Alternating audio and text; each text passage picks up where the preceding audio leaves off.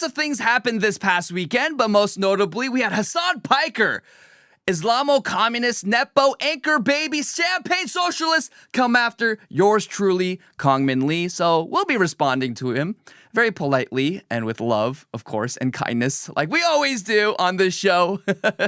Responding to him, calling me out while he has me blocked, which is ridiculous. But also, lots of drama this past July 4th weekend. We'll get into that. We'll get into women tearing down beautiful women in Korea. And lastly, the Odyssey. Dead on arrival. It's going to be a flop. It is an absolute PR nightmare.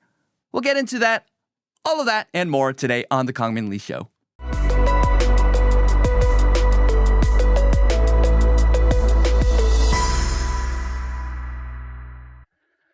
Hello, what is going on? Welcome back to The Kangmin Lee Show. I'm your host, Kangmin Lee. This is where we talk about restoring faith, identity, and civilization from east to west.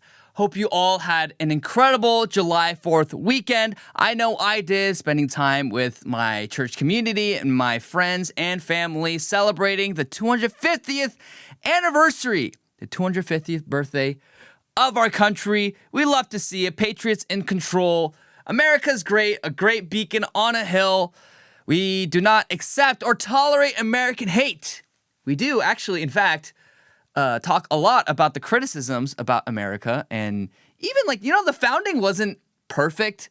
This is also maybe a myth that can be rectified insofar as, hey, there are certain things that the founder got wrong because they couldn't foresee that 200 years later there'd be bad faith actors and subversive political operatives who take the founding myths, the founding principles, and the Constitution, the founding documents, and use it to completely destroy the country into something completely unrecognizable by the founding Americans and the founding fathers. And if they saw the state of America today, I'm sure they would have had different provisions and different exceptions, I guess, and they would have set up the country in a different way, I believe. But I don't want to opine because they're dead, and I don't want to ascribe certain motives to the founding fathers. But all that being said, we always celebrate America. We love America. And we were celebrating July 4th weekend. Hope you had a great weekend eating hot dogs, grilling burgers, eating that with some good coleslaw and beans and condiments and everything like that. Had a great time. I hope you had a great time too. All that being said, we have lots to get into. Of course, we're going to talk about the World Cup today. We'll talk about the July 4th weekend and the biggest controversy that happened with that. But before we get into that and more, make sure to like, share, and subscribe. Hit the notification bell. Do all the things that helps this channel and helps this show. We are answering super chats at the end of the show. So if you have any thoughts, you have any questions you'd like me to answer, make sure to send in a super chat to support the show and the podcast. With all that being said, let's talk about what happened this past July 4th weekend in DC.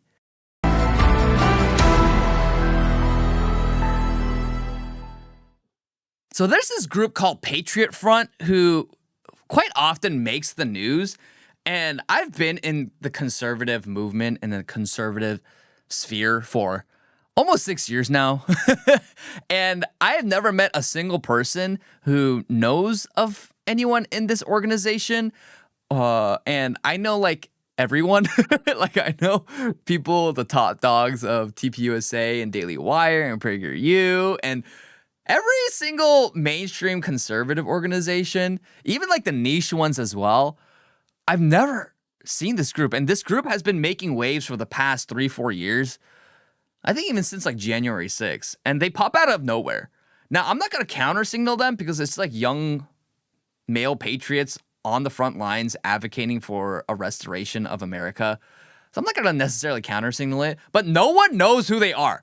None of my conservative friends, none of the people I know in admin, no one knows who these people are.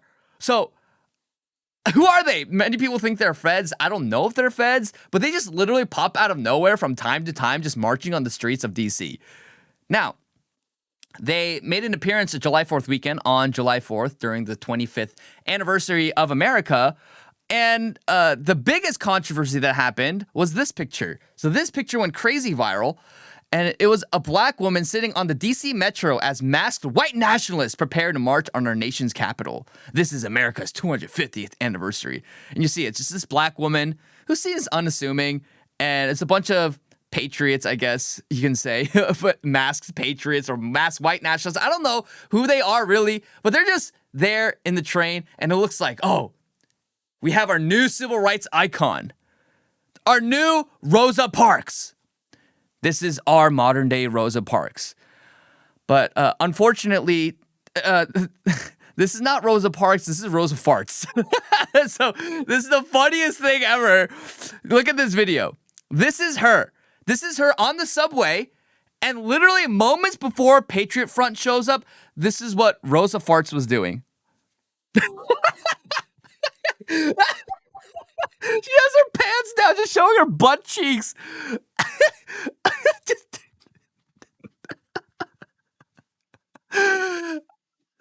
This is the... I have no idea why the left uses like career criminals, violent criminals, but also people who just strip naked and show their bare bum in public as their icons. These are the faces of the black community, according to the left.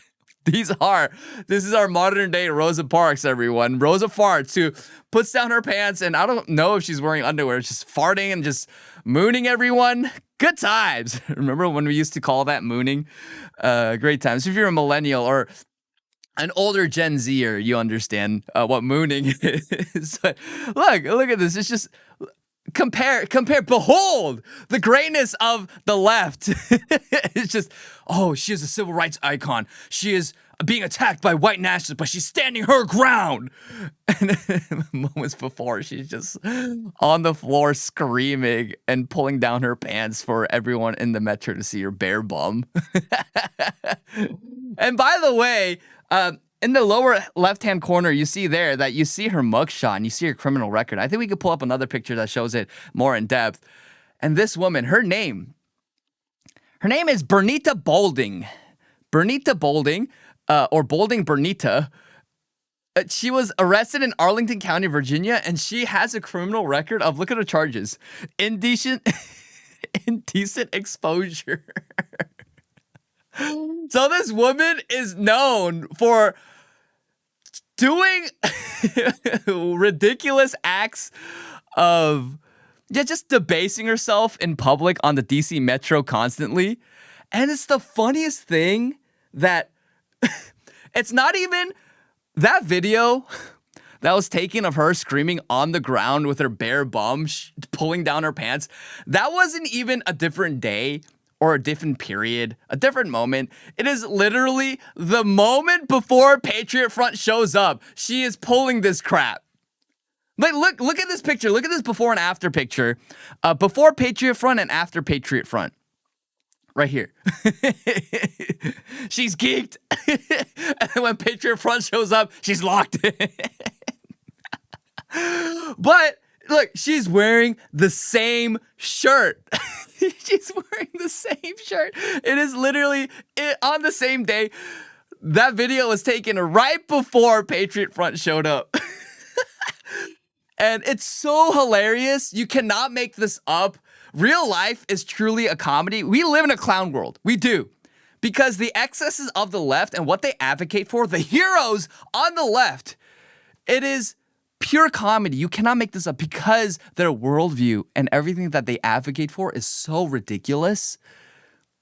Like, you don't need to, like, that's why reality right now is funnier than late night talk shows and any sort of leftist comedy that happens. Because reality itself, it's just, you can't make it up. Rosa Farts. She's not Rosa Parks anymore. They're calling her Rosa Farts.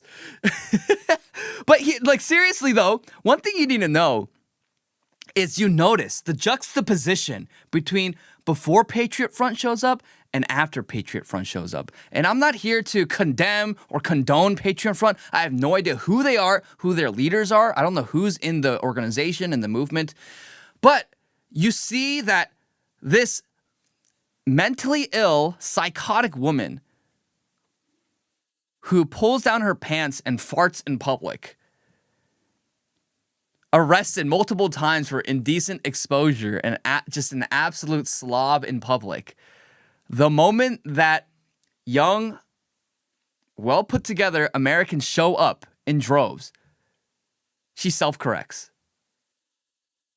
And so when we think about deportations, deporting foreigners who hate your country and getting back to a place where America is 90% white and a minority black and a few foreigners and immigrants, that actually has a culling effect for bad behavior and destructive behavior. They self-correct. Think about the state of the black community even under Jim Crow, where objectively they didn't have like the same rights as whites did.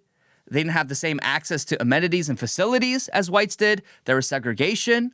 There was laws that intentionally put down black people. Yet, the state of the black community, except for probably the totality of wealth, because we have black billionaires and millionaires in America today, aside from that, like on every other metric, the black community was better in the 1900s than it is today. In terms of the homicide rates, the fatherless rates, the literacy rates. Literally, in the 1900s, the fatherless rates were lower, homicides rates were lower, crime rates were lower. There are less black people dying than there are right now in America. Literacy rates were higher. You look at pictures of even black urban citizens and children who may not have been the most well off in American cities. What were they all wearing? Three-piece suits. They were trying to live a dignified life, trying to aspire for that civilizational standard that was set by heritage Americans. And of course, if we have mass deportations of foreigners who hate America and want to subvert America, the tens of millions of illegals who've poured into America, but even the legalized immigrants who hate America, you're going to have a natural societal enforcement effect that happens as a result of civilizational citizens who want to preserve America, who live with decorum and dignity and honor and standards. And just by nature of them existing as the majority in the country, the minority who would commit crimes and wreak havoc in society will self-correct. And that is just how society works. So if you have mass deportations and mass incarcerations, like we don't have to do much. People like Bernita Bolding, you see here, she self-corrects. Where before, she's acting like a freak on the DC subway.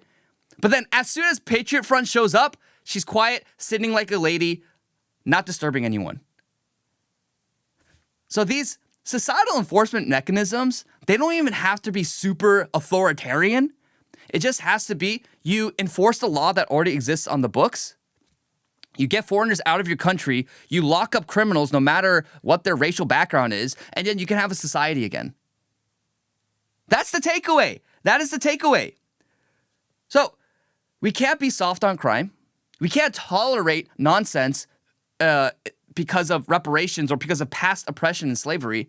All we have to do is deport foreigners who hate this country, deport the foreigners, deport the traitors, the people who have a greater allegiance to their home country than they do to America. Yes, deport those people. Deport the people who don't belong. Lock up the violent criminals and those who would disrupt the peace on our streets.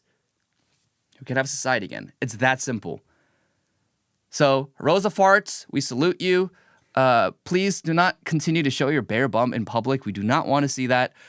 We actually value modesty on this show.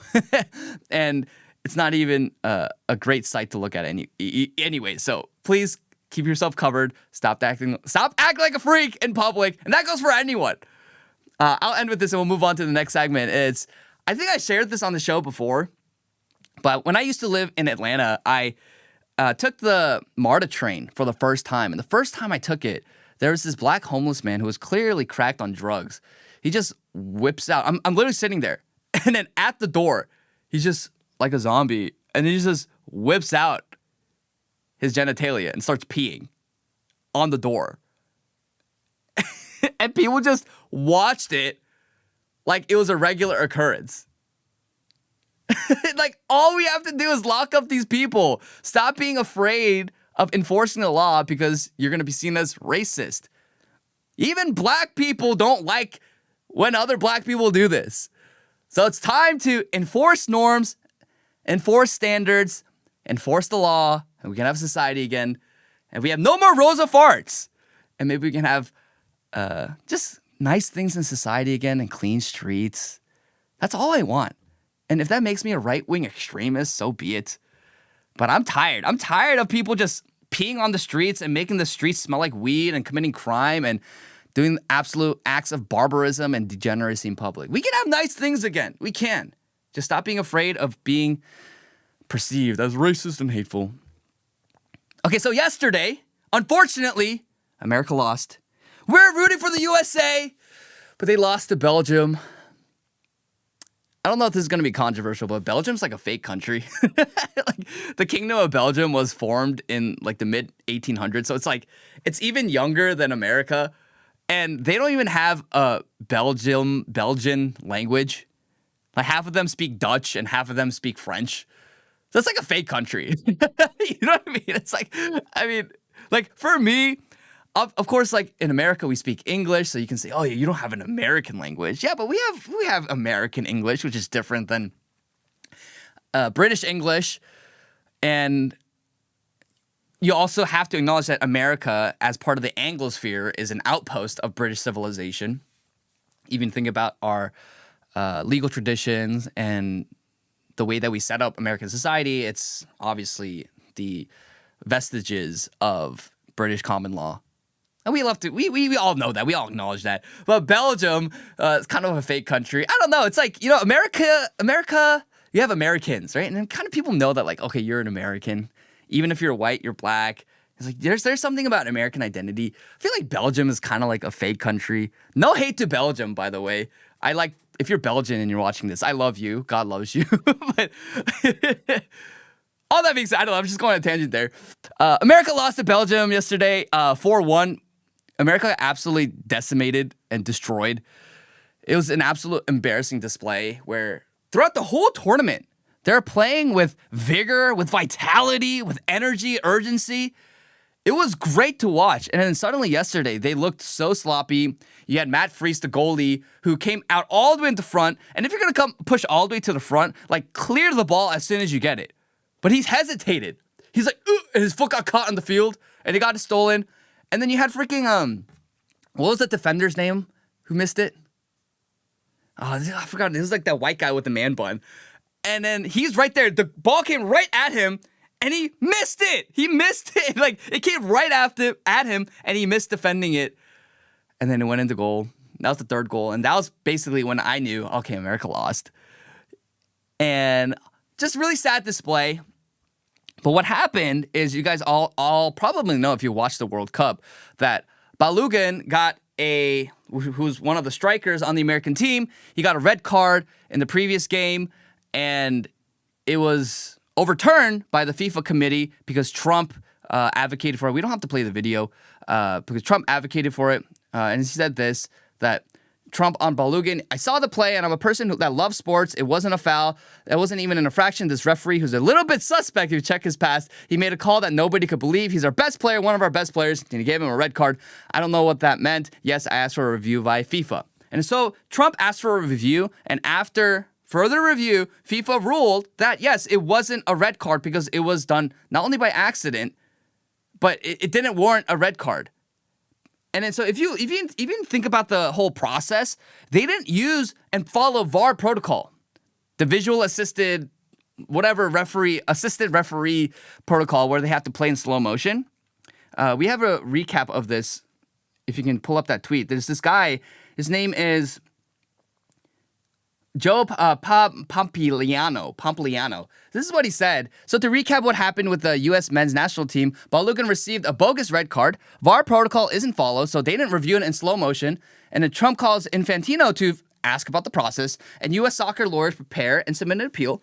And FIFA's independent 18-person disciplinary committee then met, approved the appeal, then told Balogun he could play in Monday's match against Belgium. This is what everyone's complaining about. All rules were followed. That same process is open to every other country. The only difference is everyone knows the red card was a mistake to begin with. So there are tons of people, liberals, foreigners, Europeans, who are screaming and yelling and saying that this isn't fair. This is partiality. America's cheating, getting the president involved. And first of all, why wouldn't the president be involved in a World Cup that's happening on American soil? Like, it's happening in America, and you gave an American player a bogus red card without following proper protocol. So then he and soccer lawyers, U.S. soccer lawyers, follow proper protocol to rescind that red card. Yeah, it's what else do you want to do? Like, why is that so bad? Like, that's not a bad thing. And so liberals are freaking out, and liberals are obviously cheering for Belgium to win. You have this freaking him guy from KC, which is, I believe, Kansas City. But he's a him, he's a pride activist, and he hates America. He said, Balogun should decline to play. I think that's the best decision at this point. I'd be pleasantly surprised if that's what comes to pass, but hope springs eternal. Infantino must be removed, and or participating nations should reject FIFA's authority and create a new world soccer governing body. FIFA begs to be neutralized once for all. Is unreformable. What?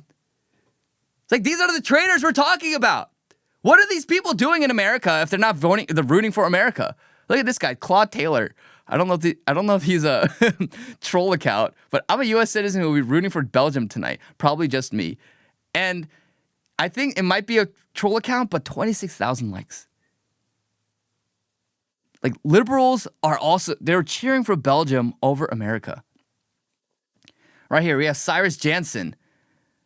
This is an absolute embarrassment to the United States. Once again, our president embarrasses our nation on the world stage and now takes to social media, boosting that phone call to FIFA changed the outcome.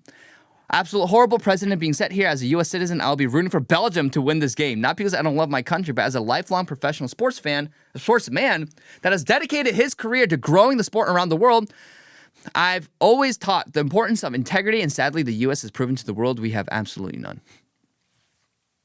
And if Trump posted this funny AI video of thank you to people doing what's right and reversing a grave injustice. And it's Balogun holding a Donald Trump reverse Uno card, a reverse red card. Yeah, Trump's funny. I am not the biggest fan of AI per se, but I do think that AI memes are hilarious, and I love when Trump leverages AI memes. And then, look, of course, you have this Brian Krasenstein, absolute... this guy's one of the worst. Him and his brother, just absolute the worst people on the internet. And he says, while many of you are likely yelling, "Go America," I'm yelling, "Go Belgium" and the rule of law. These are traitors. I don't know why America tolerates these people. In America's not so distant past, we'd have deported all these people who openly say that their allegiance or their preference, their love is for a foreign country over their own. So then people have to explain to me, like, what is the reason why we can't deport these people? Oh, they're legally here. Okay, but legally also, there's laws in the books to denaturalize and deport, maybe even prosecute and lock up traitors to America. Oh, you can't do that. It's against the rule of law. What are you talking about, the rule of law? The law is right there. There are laws for communists and traitors to be deported or locked up in America. Like, what are you talking about? All we have to do is enforce the law that already exists. That's all we have to do. So Europeans are freaking out too. Belgium freaking out. Belgium made a full statement on Balogun's red card being overturned. The Royal Belgian Football Association is astonished by FIFA's decision to declare suspended U.S. player Folarin Balogun eligible to play in the USA-Belgium match. It's like, oh, this is so bad. This is terrible. And... yeah, I mean, what are you going to do? So a lot of liberals even blaming Trump. This is what they did with the New York finals too, right? The NBA finals, where they said Trump showed up for game 3, and because he showed up for game 3, Knicks lost. Oh, Trump reversed the red card for Balogun and let him play against Belgium in the round of 16. Oh, that's why they lost.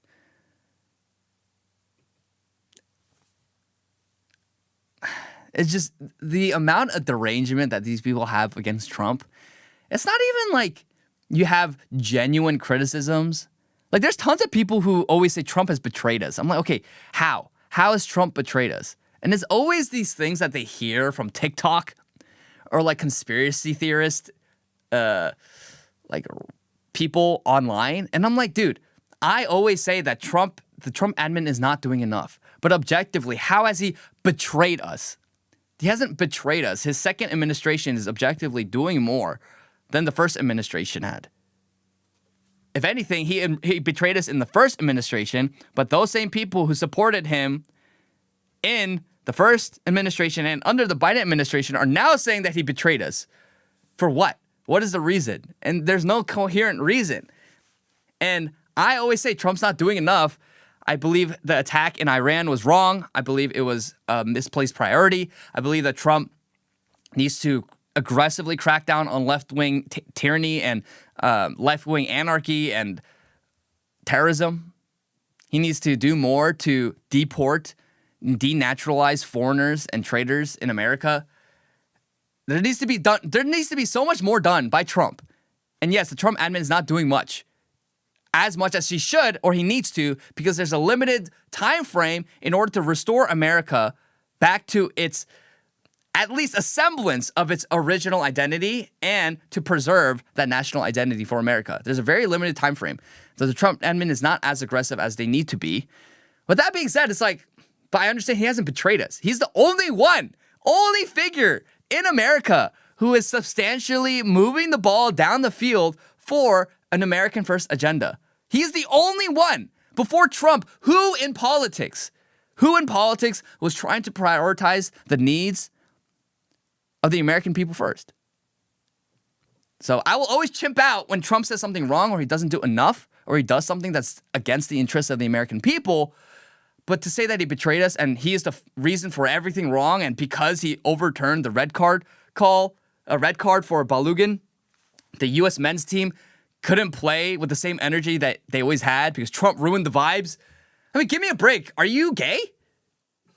Like, are you seriously? That is such a gay-coded talking point. Trump ruined the vibes. Seriously? Like, can we be adults here? Like, Trump tried to help America win.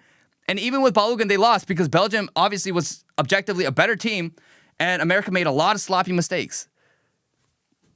And then Pulisic got injured. He was already injured, and he got injured again. So it was just bad thing after bad thing after bad thing. How's Trump responsible? If anything, Trump gave America at least a chance to win. Because without Balogun, I don't know what they would have done. So America lost. It's really sad. And we wish that America won. But now we root for Norway. Because Erling Haaland, he is making waves. Erling Haaland is making waves as the most favorite soccer player this World Cup. And I think look at this comparison side by side. This dude assimilated better in 2 weeks than most American N-words have in generations. Now, look at it. Him wearing a cowboy hat, wearing the cowboy boots. Y'all can kiss my Dallas. He's like, howdy. And so you have people like Ilhan Omar, Rashida Tlaib, AOC, who were born in a different country, maybe even born in America. You have people like Hasan Piker, who we'll talk about later, who literally do not assimilate at all to America, who hate America. And then you have this 6'5" Norwegian behemoth, who comes into America for a few weeks, and then now he loves America and objectively has assimilated into American culture better than these foreigners. It just goes to show that certain people, certain foreigners, and certain immigrants are actually more assimilable to a host country than others.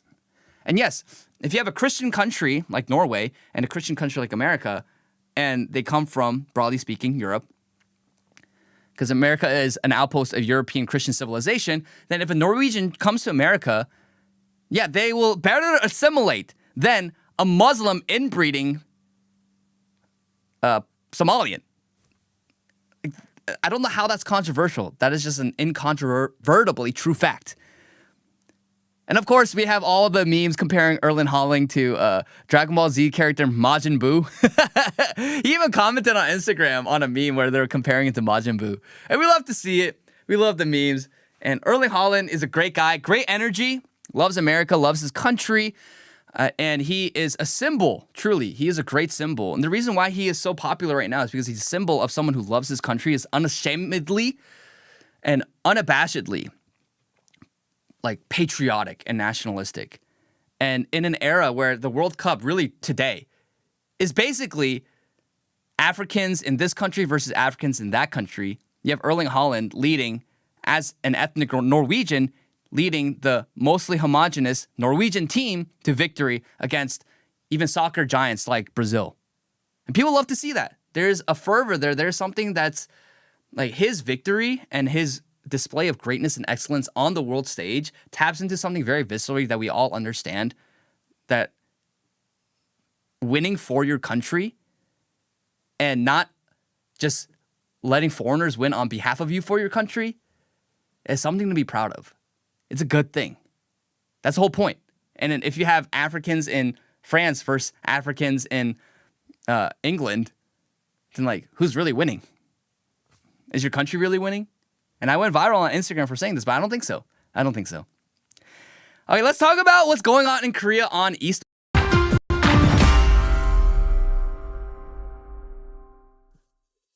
Okay, so we're going to talk a little bit about K-pop. I know we don't cover too much K-pop, but we want to cover a little more about K-pop because I know some of you viewers are very into K-pop. So there is this girl group that debuted 2 years ago named RESCENE.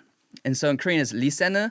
And in English it's RESCENE, like RESCENE, but it's pronounced RESCENE. I think the whole lore behind it is like, oh, like RESCENE, like scent. I don't know. All these names are weird. We just like the songs. We like to see pretty girls dance and perform. That's why we like K-pop. But there is a recent member named Woni who's being canceled right now, like aggressively, because she used no. So here's what the girl group looks like. If you guys are just curious, she went really viral for. The girl group went very viral for this meme right here. Kaje Yahoo! That's what they said. You can play the audio. I don't know. Is it playing? Kaje Yahoo! Kaje Yahoo! Is that the Japanese member? Yeah, that's the Japanese member. And then next to her is Woni, right? Yeah. So, context about Woni. She's, I think, arguably the most popular member of the girl group RESCENE. And she's cute, she's funny, and her YouTube channel actually has more subscribers than the RESCENE YouTube channel. Like, that's how popular she is. She has millions of subscribers, millions of viewers. And so what happened is that in a recent video, in a vlog where she took her Japanese co-member to visit her hometown in, is it Kojedo? Kojedo. So Kojedo is like a small island, like southeast. So if you're looking at the view, like southwest of Busan. And you guys know Busan is a seaport city, which is the second largest city in Korea. And so she took her there, and she had a moment where she said, 무섭노. Like, are you scared? And to say that in a whole dialect is 무섭냐? Or like, 무서워? But in like 경상도, 경상남도, 경상북도, which is the southeast part of Korea, which is where I'm from, they add no. Like their regional dialect, which is what we call 사투리, they add no at the end of sentences or questions. So even for me and my family, they go like, 밥 먹었노? 뭐 하노? And that's how I grew up. So for me, as even a Korean 교포 and as a Korean immigrant to America, the way that I communicate with my family, I would hear that all the time. So I actually thought that was normal Korean until I started watching dramas and listening to other people from Seoul. I was like, oh, it's a different dialect. But that being said, they say that. But she's being canceled for saying 무섭노, like, are you scared? Why? Because No is the last name of 노무현. So 노무현 was the president of Korea from 2003 to 2008, but he committed suicide. And then, for context, there is an extremely far-right website, which is kind of like the Korean equivalent to 4chan, but even worse, called 일베. And on ilbe, there is a known trend and meme among the ilbe community, the far-right Korean 4chan site, essentially, where they constantly make fun of No Moo-hyun's suicide. And then so they add no to the end of sentences and phrases to make fun of him. And then now she's being canceled. She's saying canceled. It's like, because she said it's scary or are you scared on her YouTube channel. And the person who spearheaded this cancellation effort was a producer at MBC Gyeongnam named Kim Hyun-ji. And this is a producer at MBC. And let me show you. Let me show you what this woman looks like. Okay, this is her Naver page. And so if you know Naver Wiki, it's like Korean's version of Wikipedia. This is what Kim Hyun-ji, producer Kim Hyun-ji at MBC Gyeongnam looks like. Why do all feminists look like this? Like, she's a raging feminist, short hair, tries to be androgynous, not attractive at all. Why are they like this? And so she started the cancellation effort because she noticed that, oh, she said no at the end of her phrase. She is a far-right extremist.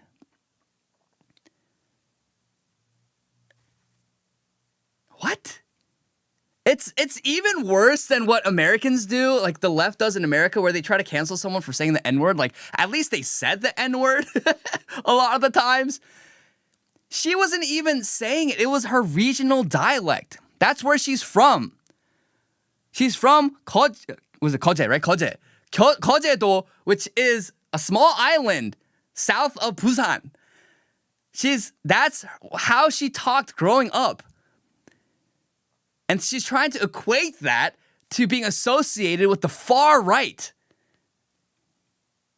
It's the cancel culture, the leftist cancel culture brigade, and the toxic cancel culture that exists in America, in the West. It exists everywhere in the first world, around the world, as long as a leftist faction exists.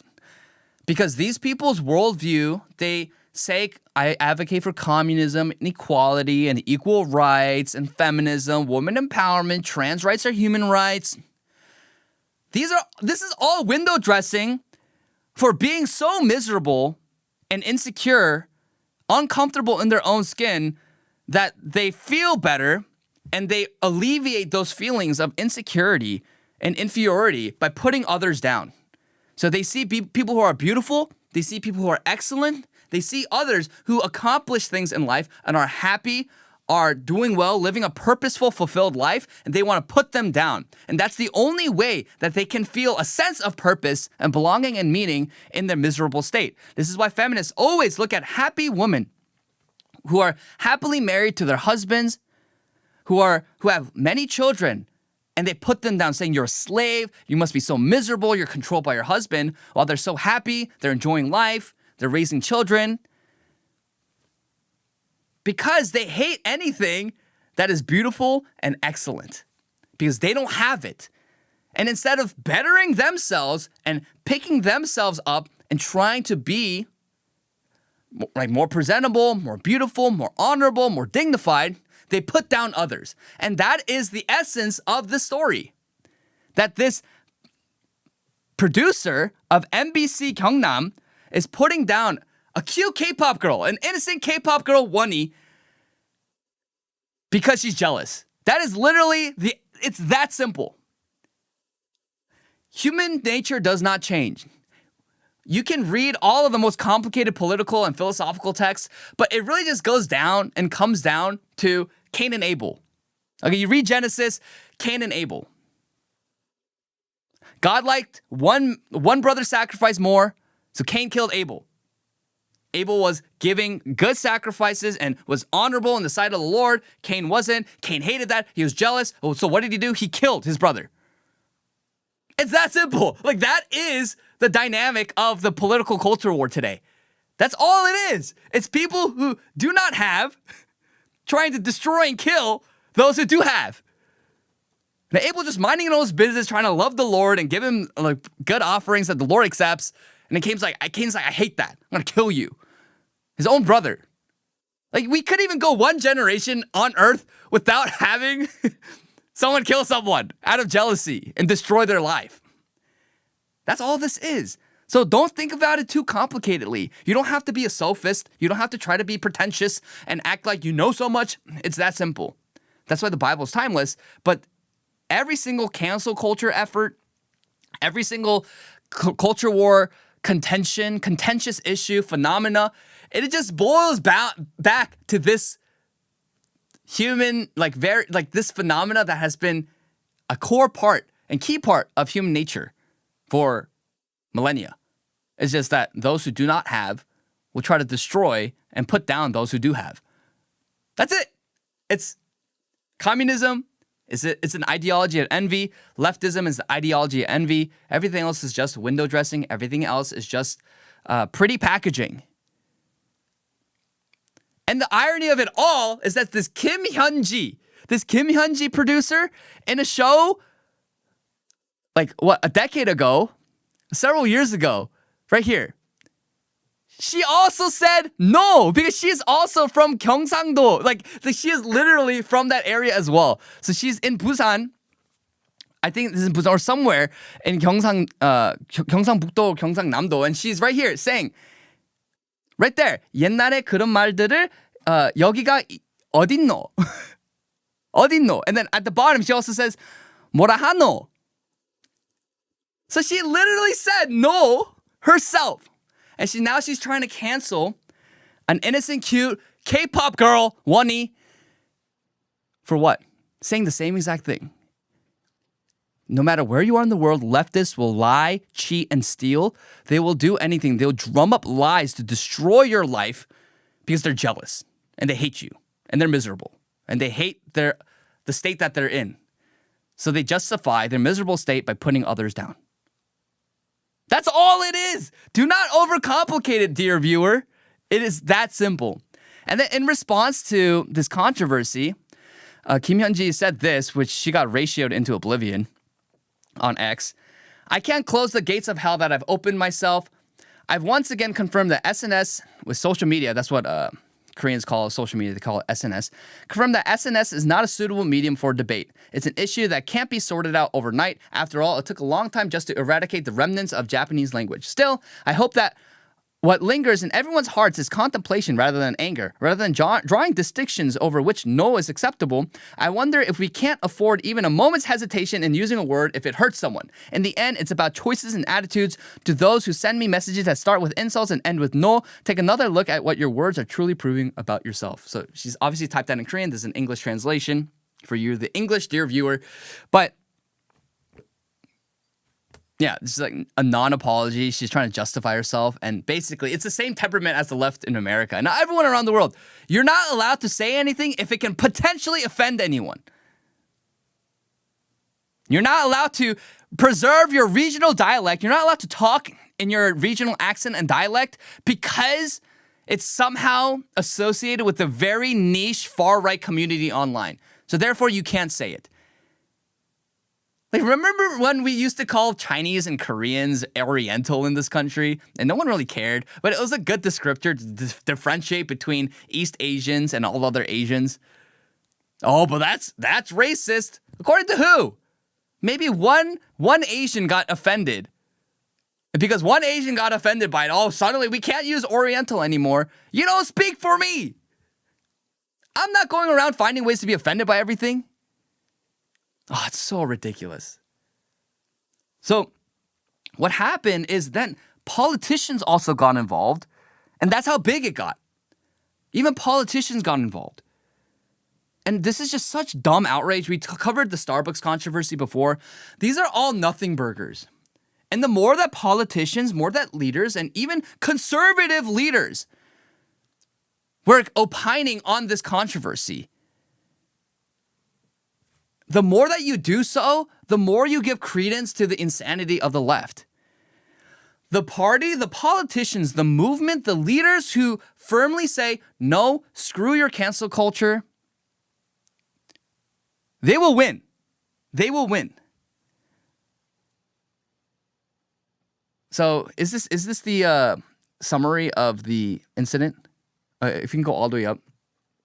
And I think this is a good summary of the incident. So if you're still confused about everything that happened, this user, 윤형제 아빠 이야기, he summarizes it really well.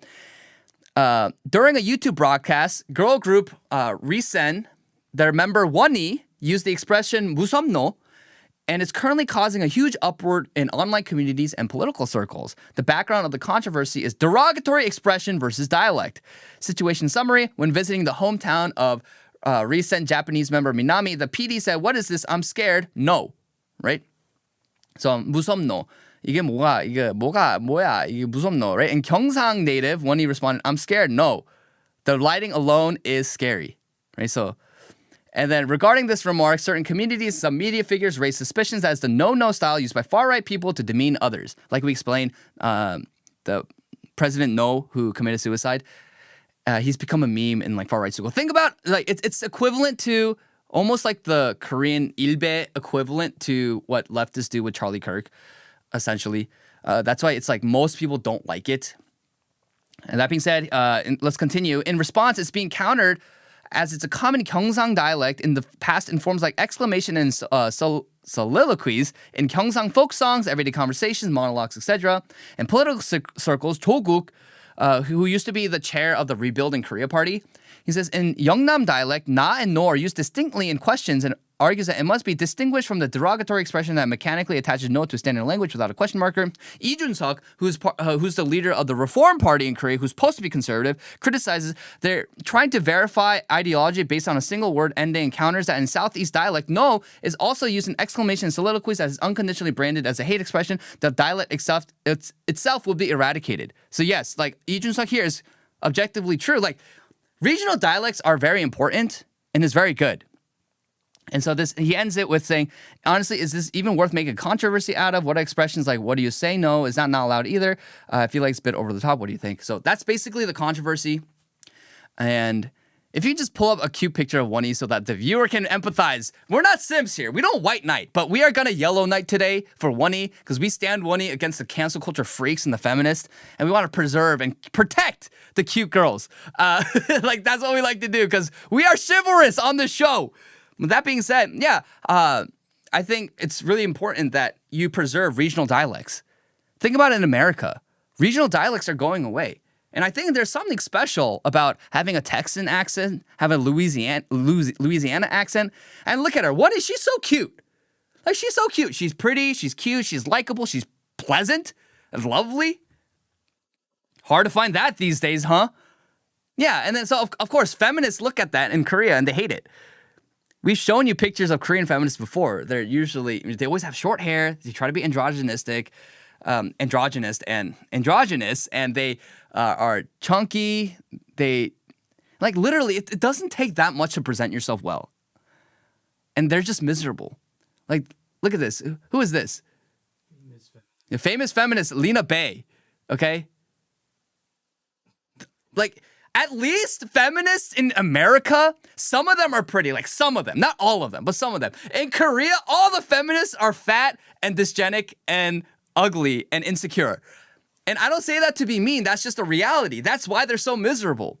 And all they have to do is lose weight, get it together. Korea, it's so easy to lose weight in Korea. Why? Because you're always walking. You're always walking from point A to point B, or always taking public transportation. So you're always walking. When I'm in Korea, I take an average of 20,000 steps a day. Like, I'm always walking. I'm burning off all the calories that I eat. The portion sizes in Korea are much smaller than in America. So you have no excuse. You have no excuse. And gyms are cheap, much cheaper in Korea than it is here. Memberships are cheap. They're accessible. There's no excuse. And then Korean skincare products and makeup products are top of the line, where foreigners, millions of foreigners all over the world flood into Korea just to buy skincare products and makeup from Korea. Hair products, Korea's top of the line. Like, there's no excuse not to be pretty in Korea as a girl. Like, there really isn't. That's why you go to Korea, like, people always say, oh, plastic surgery. Well, there's a plethora of girls who aren't, like, drop-dead gorgeous, but they're lovely, they're pleasant, and they present themselves well. They doll themselves up, and yeah, they're attractive. So, yeah, it's just, we like to talk about K-pop. I think maybe we'll talk about K-pop a little more. Let me know in the comments or in the chat that if you wanted me to talk a little more about K-pop drama. I liked going over this because K-pop is important. There's a lot of people on the right wing in America who counter-signal K-pop, but there's a reason why it's popular. And the biggest reason why it's popular, we mentioned previously on this program, is because they still have the most talented and the most beautiful people represent K-pop in Korea. Now, it's slowly being subverted to include foreigners, but it's the most capable, the most talented, the most attractive, the most charming people make it big in K-pop. If you're not, you don't. Now, it can be toxic, for sure. The industry can be toxic. I'm not condoning that. But it does, you still do have the best and brightest. Meanwhile, in America, it's the complete opposite, right? It's inverted. That's why Hollywood's dying. And we'll touch on that very soon. You have Elliot Page, or you have not very attractive actors being the most attractive woman playing those roles. They're trying to psyop you into thinking that unattractive women are attractive. And so that's why it doesn't resonate inherently because beauty is inherent and natural. And so that's why people love K-pop.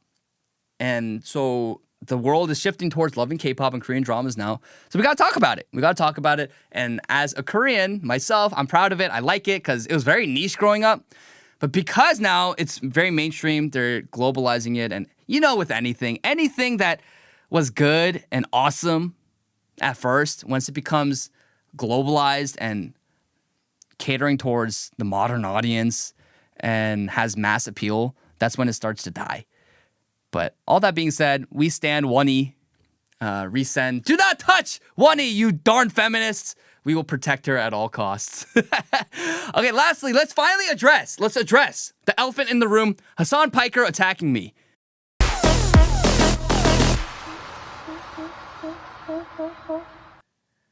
So I was just enjoying my July 4th weekend when one of my editors made it apparent to me that Hasan Piker attacked me on stream. So here's the short clip. We'll just view it. We'll watch it and we'll respond. Here's Hasan Piker talking about how much he thinks that I'm fake and I'm a theater kid. Let's just watch. Into America founding or love the country, they bring subversive ideologies that cater to foreigners rather than native citizens. True. Both myself and Francesca Hong are American born.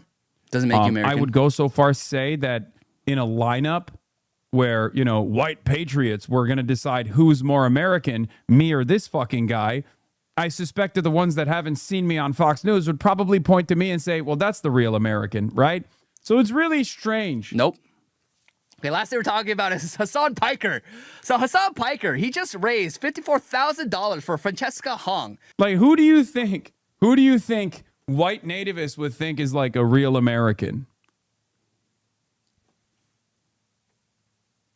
Me. You can put that cross behind you all day, baby boy.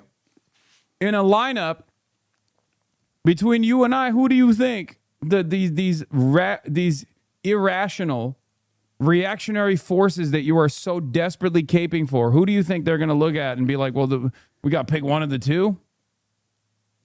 No hat, of course. It's so funny. Why are your ops always people that would have been bullied at your school? You just identified a big chunk of the resentment coming from the far right. They've always been fucking nerds. Bros, accent at points is indistinguishable from more Pegasus. I know, they got that internet accent. Yeah, failed theater kids. Lots to unpack there. Terrible. It's just such a weak response to what I had to say. He doesn't address anything that I actually say. But first of all, calling me a theater kid, calling us right-wingers theater kids, first of all, who's the one posing with a book of Marx saying, hey, can you take a picture of me posing with Karl Marx and the Communist Manifesto on the train? Hey, can you take a picture of me flaunting my my tickets when I'm betting? Can you take a picture of me saying, eat the rich? Performative? Theater kid? Like, you have no original thought. Hasan Piker, that's why you do what you do, because you have no original thought. You only parrot the talking points that are approved and promulgated by our most powerful institutions. Everything that you say is parroted by our elite institutions, our academic institutions, by professors, administrators, by online cultists, by the popular culture. Like, all you say is anything that's safe. Everything that you think is edgy, it's safe. You have no original thought. That's why you can't meme. That's why all of your talking points and insults are borrowed talking points and insults from the right. Theater kid, occupy government, being theater kids, yeah, that's a right-wing talking point. It's that meme, right? The left can't meme. That's our meme as the right. And then the left takes it and says, oh, the right can't meme. Because the left has no original thought. They're NPCs. They're sheep. They're brainwashed sheep that do anything that the culture tells them to do, as long as it's safe and approved. They never say or venture out and do anything that is not approved by the hegemony. And oh, why is your op just everyone who would have been bullied in high school? Really? Here's a picture of you when you're younger. Hasan Piker, you're fat. You're fat. And do you guys remember Hasan's old tweets? He was talking about how much he was bullied in high school. He was bullied endlessly growing up. Look at this. The next year, Hasan's dad moved him to public school, and Piker's questions and the lack of physical fitness attracted bullies. I got him beaten the F out of. Growing up horny in a repressed culture, Piker fantasized about moving to the United States. There's a saying in Turkey that when you go to America, the girl is asked to F, he says. His parents let him go to the university, etc., etc. So he was made fun of for being athletic, overweight, and stinking. Hasan, you were bullied endlessly for being fat, unathletic, unattractive, and stinking, smelling like literal poop. Maybe you and Rosa Farts would get along. It's all projection. Dear viewer, understand this. This is all projection. And while I'm not advocating for bullying, if you know my childhood, and I don't want to speak too much about my childhood, but I was the bully, which is something I repented of as a Christian later on. I felt really bad. There's this one kid, I'll never forget it. I actually felt so bad when this happened. Me and a bunch of other people, we bullied this kid so much that he had to move to a different school. Like, I felt bad. I've been also called to the principal's office because I got into fights. I got trouble in church because I punched a kid. Like, I was the bully, and I, of course, praise God for his grace, and I have repented of that. I am not like that anymore. But I was the bully. So you see, the right wing and the left wing is the left wing actually, everything that they say, everything that Hasan Piker says here is complete and utter pure projection because that's what he experienced. He was bullied in school before being fat, unattractive, and unathletic. And then the right-wingers are those who were confident, who were excellent, who were beautiful, who got along, who were largely popular. That's the difference. Because like we said in our previous segment, our culture war is distilled into those who have versus those who do not have, and those who do not have are envious and miserable and resentful. And so they project their insecurities and their own struggles onto those who do have, those who are excellent, beautiful, and do achieve something in society. That's all you're motivated by, Hasan. And of course, oh, the average person will see me as an American over this guy? Really? Hasan, you were an anchor baby, born in Turkey, and literally within a week, your mom flew you back to Turkey where you grew up in Turkey. Meanwhile, I was raised in America. I lived in America objectively longer than you have. I was raised in America. Just because you have a piece of paper because of birthright citizenship doesn't make you more American than me. But objectively, yeah, both of us are not as American as heritage Americans who can trace their ancestry back to the Mayflower, Plymouth Rock, the Civil War, the Great Frontiers. Yes, we are not as American as them because America is a people. The Constitution, it says in its preamble that it exists to secure the blessings of liberty for the American people and their posterity. So yes, objectively, you and I are not as Americans as actual heritage Americans. But that being said, just because you have a piece of paper, because you're born in America, doesn't make you more American than me. Buddy, we're both foreigners. But the difference is, I love America. You hate America. You said that America deserves 9/11. You sympathize with communists and terrorists. You are a communist. You push literally the most degenerate scum onto all of us. You have a dog diaper fetish. You call routinely to kill and murder conservatives and Republicans to your viewers. But you're the darling jewel of the Twitch CEO, so he doesn't do anything about it. You have the backing of Democrat politicians. You have the backing of every single left-wing institution. And you constantly say about how much you hate America. Meanwhile, me, I am but a guest, and I understand that. And I love America, and I want to have America be America. That's the reason why I love America. I love America for its heritage, its traditions, its customs, the inheritance that the founding fathers and the great founding Americans who built America left behind for their posterity and descendants. So we're different. So yes, objectively, the white nativists, the white patriots you complain about, who are just Americans, yes, objectively, they will like me more than you. Why? Because I love America. I'm not trying to change America to be more like something it's not. But you are. You're a Islamo-communist. You're a champagne socialist. You're a LARPing revolutionary who makes millions of dollars LARPing for this cultural revolution, this communist revolution, in the safety of your $1 million mansion with no threat to your life whatsoever. And then whenever you're confronted in public, whenever people ask you for a debate, you block them, you scurry away, you tremble in fear when the Department of Treasury subpoenas you because objectively you were going to countries like China and Cuba and acting as a political operative there. Yeah, you're a traitor. You're a traitor. So Americans will prefer me, an immigrant who loves America and wants to preserve America, versus an outspoken traitor and a foreign operative. That's what you are. So don't come here and tell me that I'm a theater kid and I'm bending over backwards to win the approval of far-right radicals when all I want to do is preserve America as it's traditionally understood before the 60s as a country for Americans, built by Americans for Americans.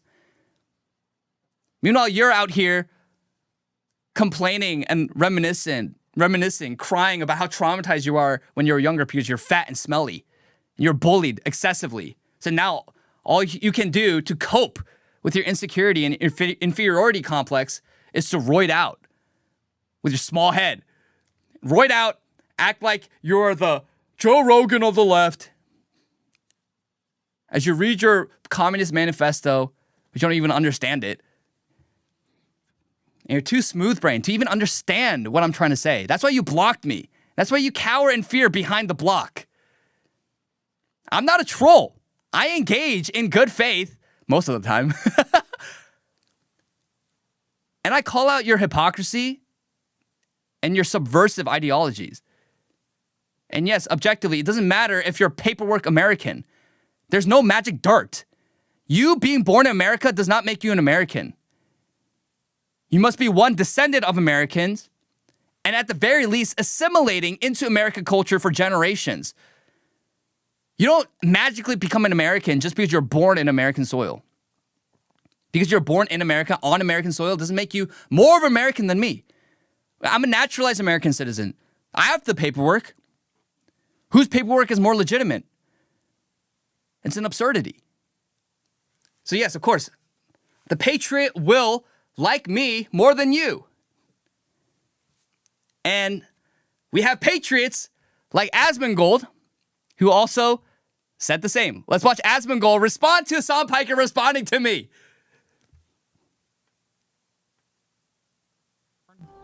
I would go so far. Yeah.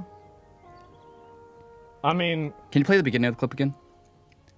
Both myself and Francesca Hong are American born. I would go so far. Yeah. I mean, that doesn't mean a lot. If just because you're born in America doesn't mean you're an American. So true, Say Asmongold. that in a lineup where, you know, white patriots were going to decide who's more American, me or this fucking guy, I suspect that the ones that haven't seen me on Fox News would probably point to me and say, well, that's the real American, right? So it's really strange.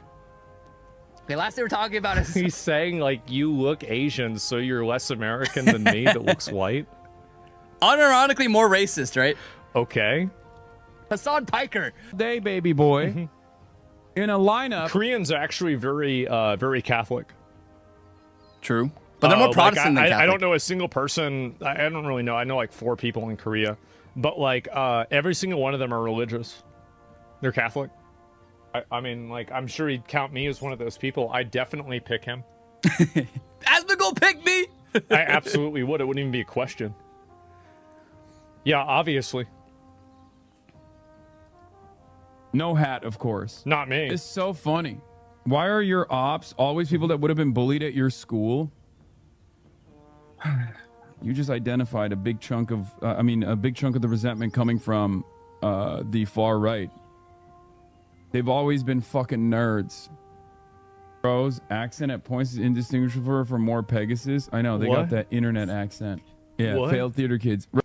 Failed theater kid? What do you mean? Like, I what's this high school or shit? But like, it's very weird to me that people say that kind of stuff. And so we're nerds now, I guess, right? I mean, I guess I wasn't aware of that, but I mean, sure. I was in a computer class. Rather be a nerd than a terrorist. Yeah, I would rather have theater kids than terrorists. That's true. I mean, watch American historical stuff that's patriotic. Well, you're watching my stream. It's close enough. Yeah, so true. I mean, honestly, yet I'd rather have theater kids than terrorists. But the thing is, the right-wingers are not the theater kids. They're not the ones performatively going up and saying, like, yeah, just look at Kamala Harris or AOC or Rashida Tlaib or Ilhan Omar or Hasan Piker. All of the worst people in American politics. Look at the way that they speak and they just beat their chest.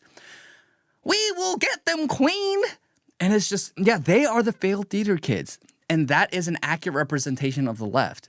And the left hates that, and they know that. And so they try to project it onto the right.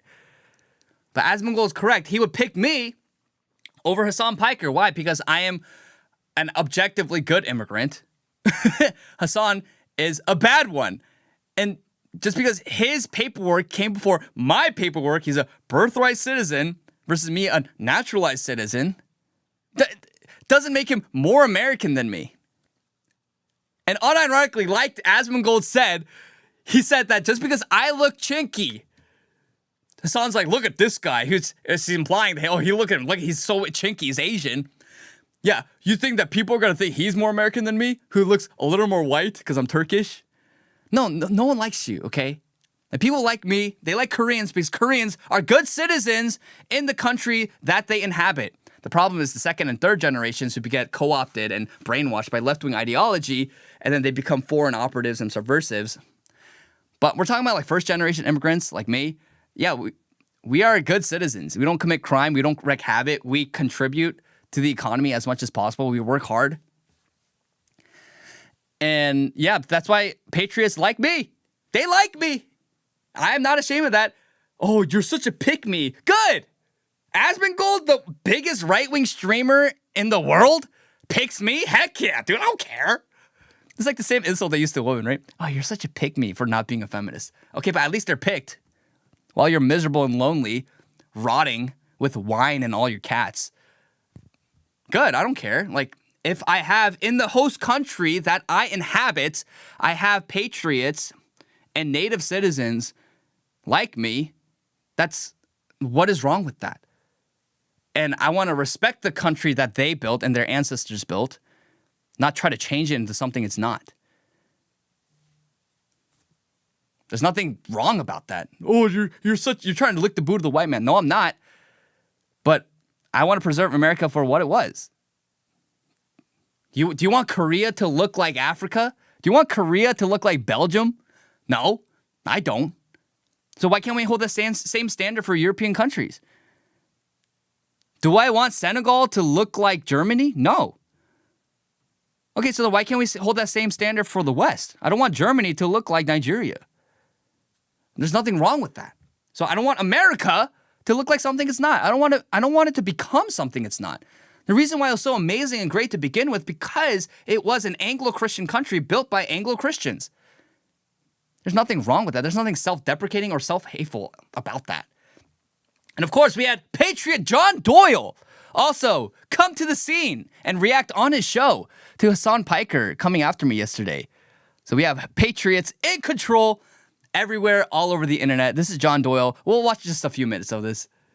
I don't know, dude. I think Patriots would definitely side with high caste Oriental patriot Kangmin Lee So true. over you. I mean, like literally, like the culture, obviously, his makeup, obviously. We don't want to get a little too based here, I suppose. But Probably talking about IQ. Yeah, dude. It's like leftists can only view the world in terms of like you were bullied in high school. You're upset because you were bullied in high school. I think this is projection. Hasan was literally bullied. He wrote about how he couldn't get girls. He was like some fat retard sitting on a horse. We'll show you the clip.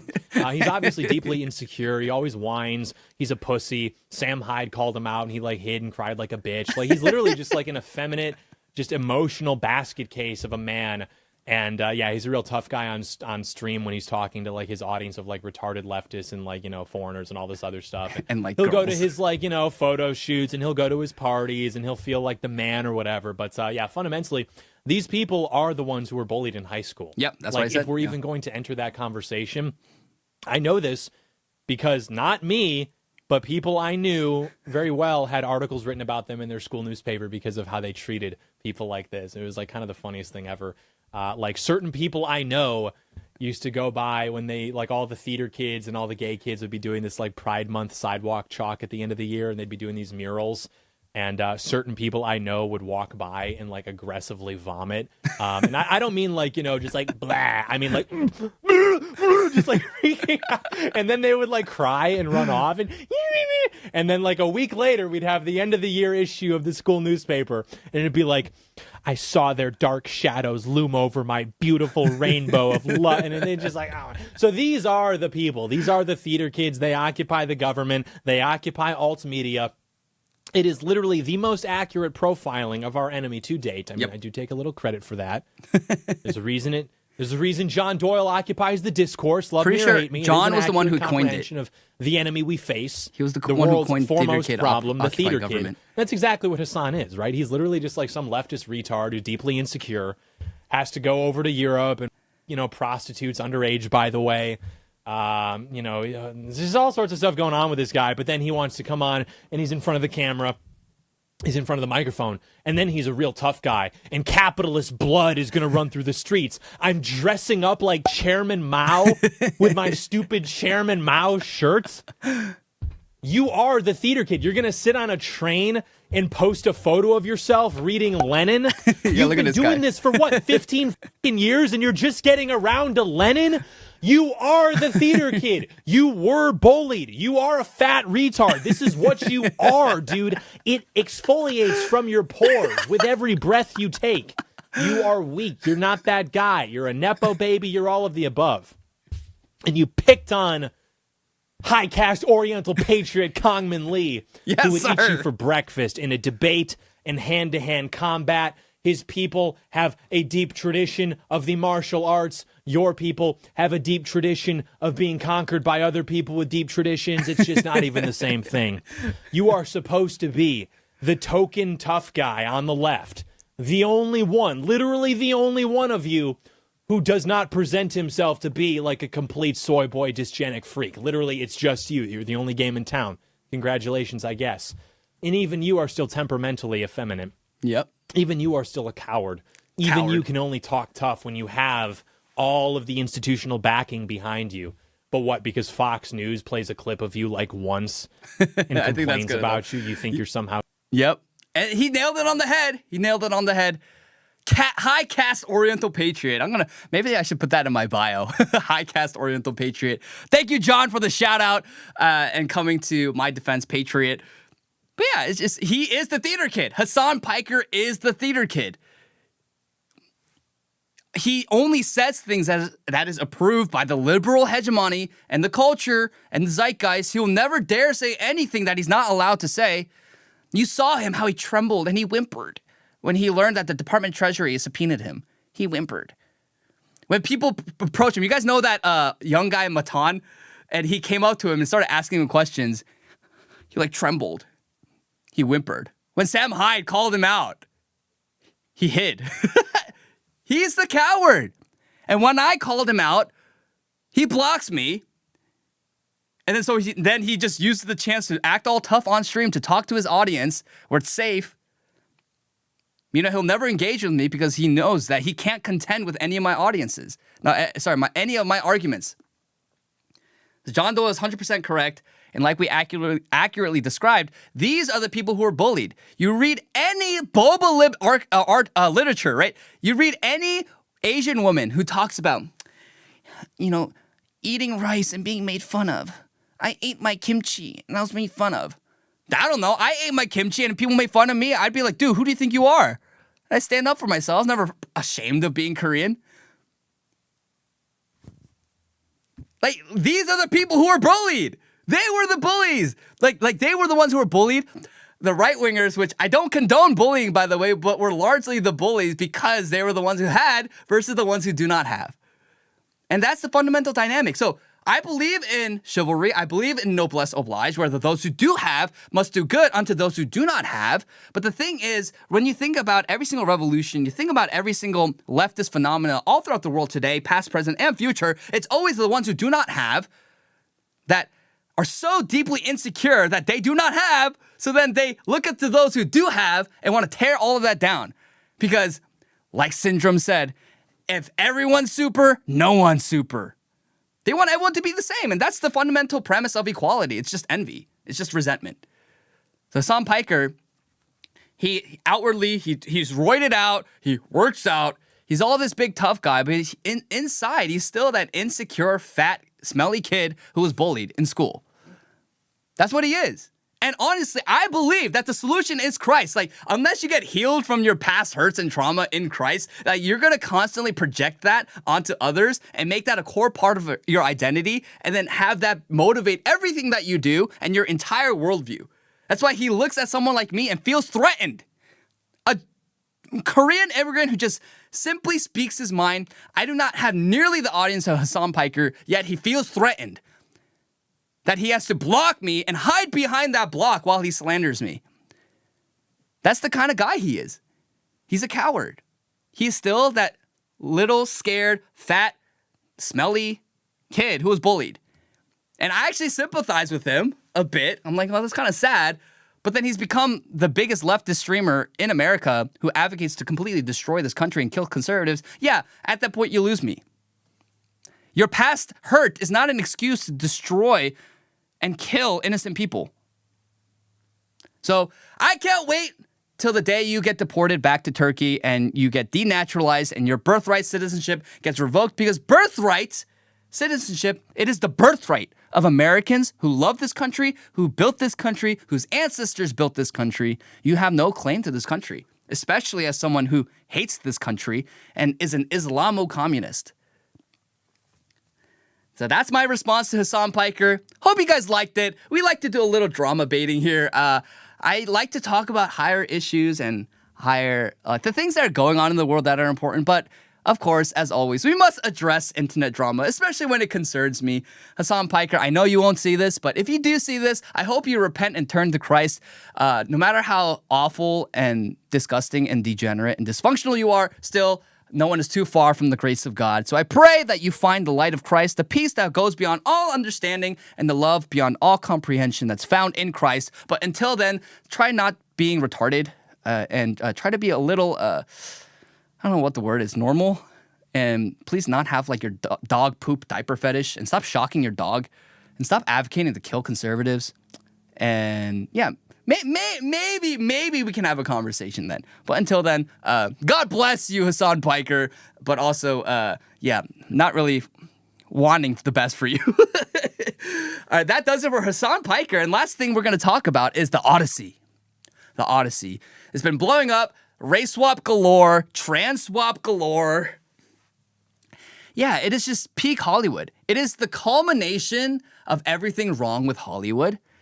And I think that the producers, well, I mean, I know Nolan wanted to make a film about the Odyssey, but the backers and the producers and everyone behind him, behind this project in Hollywood, I think it was their last shebang. It's kind of like, if this doesn't work, then we're screwed.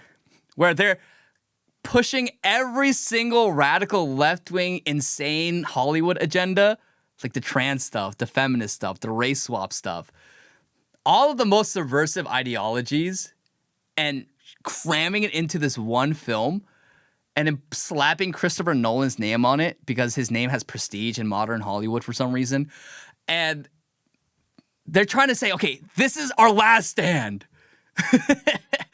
And I just, I don't think it's gonna work.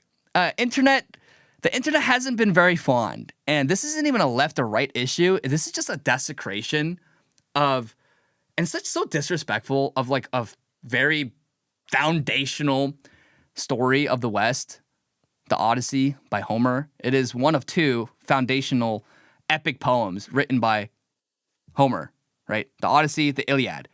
And it is like a very, very epic story that everyone knows, everyone understands all around the world. They're still studying it and still reading it to this day. And like we covered before, it is just a demoralization tactic. Now look at the internet. Look at this. For the final trailer of the Odyssey, you have 62,000 likes, 493,000 dislikes. It is the most disliked Hollywood trailer since Snow White. And we all know what happened to Snow White. It bombed. No one watched it. No one wanted to see a Hispanic Snow White. No one wanted to see Snow Brown. We wanted to see a Snow White whose skin is supposed to be as fair and light as the snow. But instead, we had a boss babe, insufferable, left-wing feminist like Rachel Zegler become Snow White. And of course, no one's going to watch that. She's not attractive. She's not pretty. She's insufferable. And she's not white. She's not Snow White. If anything. Like, can you cast someone that makes sense? Remember The Little Mermaid when they casted a black woman? Yes, like black people who are famously known for swimming well. Yes, we're going to cast a black person. And yes, maybe because, you know, when you're really deep under the sea, you don't get, your skin doesn't, right? Your melanin doesn't react to the sunlight because you're so deep under the sea. So yeah, maybe you're a little dark skinned then. But then, wait, but that doesn't make sense, right? Because, yeah, you get melanin because you get in contact with the sea. So people are like, oh, yeah, but they didn't come in contact with the sea. They'll have dark skin. But that doesn't work because when you come in contact with the sun, that's when you have darker skin.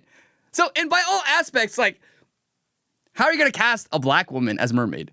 Oh, that's the little Mermaid as Ariel. Oh, it's just a cartoon show. It's just a cartoon show. It doesn't matter. You know what? I will literally, if there's enough support for this, I will literally make a Korean Black Panther. Like, let's make a Korea Wakanda. I'm dead serious. If you guys are down for this, maybe we can crowdfund this because it's just a fake story, right? Well, it doesn't matter. Okay, let's get Korean Wakanda.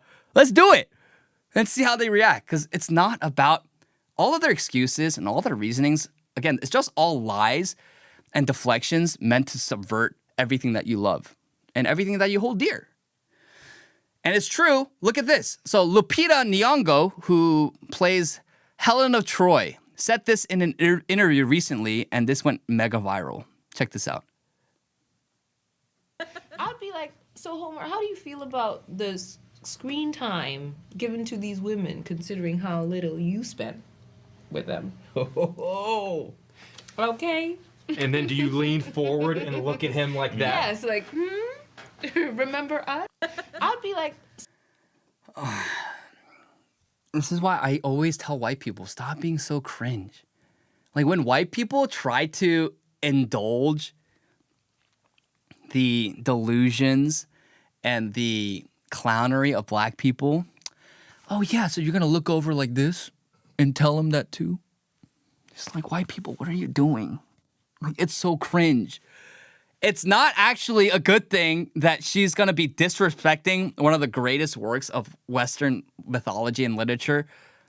I'm going to look at Homer saying, why aren't there more women in your stories? But also, by the way, because you couldn't get them. Like, that's literally every single left-wing insult you're a virgin. Oh, you can't get women. And like they always say that because it's all projection. Because they say it to people who objectively get women, right? I mean, like I'm not like the most macho guy, but I've never had trouble going on dates or securing a date or having a girlfriend. Like it's never worked out. That's why I'm not married yet. So we're praying for a godly woman who will become my wife and my helpmate, I guess, I don't want to say partner in crime because I don't believe in partners, like marriage or partners, but my partner in crime and someone who I can spend the rest of my life with. My one flesh. We're still looking, but I've never had trouble with that. And that's always the insult that they say because why? It's always projection. It's always projection. That's their miserable state. They haven't been able to secure and find the love that they so desired. And so they see those who do have, and they're like, that's all cope. It's all lies. You couldn't get the girl. It's like, okay, even then, like, even if you are a virgin, so what? That's a good thing. Save yourself for your spouse because sex is for a covenantal marriage and it's for intimacy within a marriage. So it's not like, I don't even know, like, I think Nyong'o is supposed to be Christian, but it's like, why are you insulting Homer for not getting girls? Oh, it's so insufferable. And look at this. She revealed in a cover story for Elle magazines that she had never heard of Homer's ancient Greek text before Christopher Nolan cast her.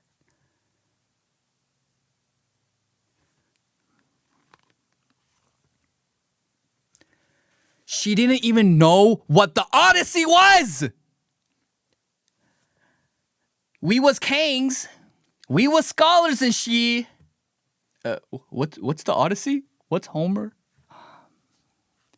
Like, why are we casting people who hate the original source material, will desecrate it to uplift themselves and feel good and pompous about themselves, and completely destroy everything that it stood for? Like, I am not someone who's like, oh, like the Odyssey is some sacred, divinely inspired text and like we shouldn't be blasphemous. But the thing is, these Western stories and mythologies and legends are important for morale and the social fabric and identity of Western civilization. The whole point of all of this, it's a humiliation ritual where foreign operatives and subversives and enemies of Western civilization are taking our legends, our myths, our stories, our heroes, and saying, ha, we will desecrate them, we will spit on them, we will subvert them, and we will show you that, yeah, actually, screw you, we have conquered you. That's what it is. And so you might say, just don't watch it. Yeah, let's not watch it. But you can't just look over it and say, whatever, Hollywood's gonna Hollywood. Because Hollywood still, by and large, is the most powerful institution for entertainment in America. It still holds prestige for the average American. So yes, while the average American might not like the trans swapping, the gender swapping, the race swapping, and the overt left-wing propaganda shoved in their faces 24/7, they still hold Hollywood in prestige. That's dropping for sure, but the goal should be to reclaim Hollywood. Of course, if it burns out, it burns down, but the goal for the right wing in America should be to reclaim Hollywood. So I think this guy probably has an insightful commentary on this. What did he say? How long is it? Okay, it's pretty long, but we'll read it. I think this is actually pretty good. So Helen's beauty sparks a war, and Helen of Troy, of course, it's her beauty is what sparked the war, and that's why casting Lupita Nyong'o for her role. I'm not saying Lupita Nyong'o is like crazy ugly, but she is not beautiful. You don't look at her like, oh, she's so beautiful. Anyways, we cover that. If you want to know about my comments about beauty and the whole like egalitarianism of beauty, you can watch previous episode. But here, so Helen's beauty sparks a war. Athena is a strategic goddess guiding Odysseus. Penelope embodies clever loyalty.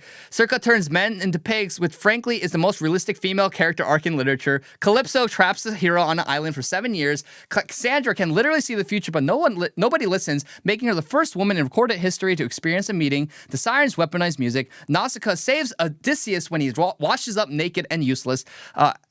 Andromache gives one of the most devastating anti-war speeches in the Iliad. Hagupa is basically the emotional wreckage of empire in human form. Aphrodite starts half of the problems in Western civilization by being hot and petty. Hera is running divine opposition research. Thetis gets Zeus involved because Achilles is having a workplace dispute. But apart from Helen, Athena, Penelope, Circe, Calypso, Cassandra, the Sirens, Nausicaa, Andromache, Hecuba, Aphrodite, Hera, and Thetis, what has Homer ever done to give female characters attention?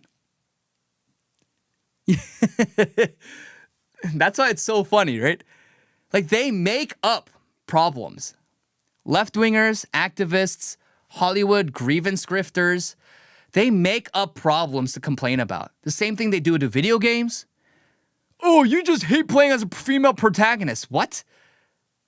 Dude, there's so many male gamers who gooned to female protagonists.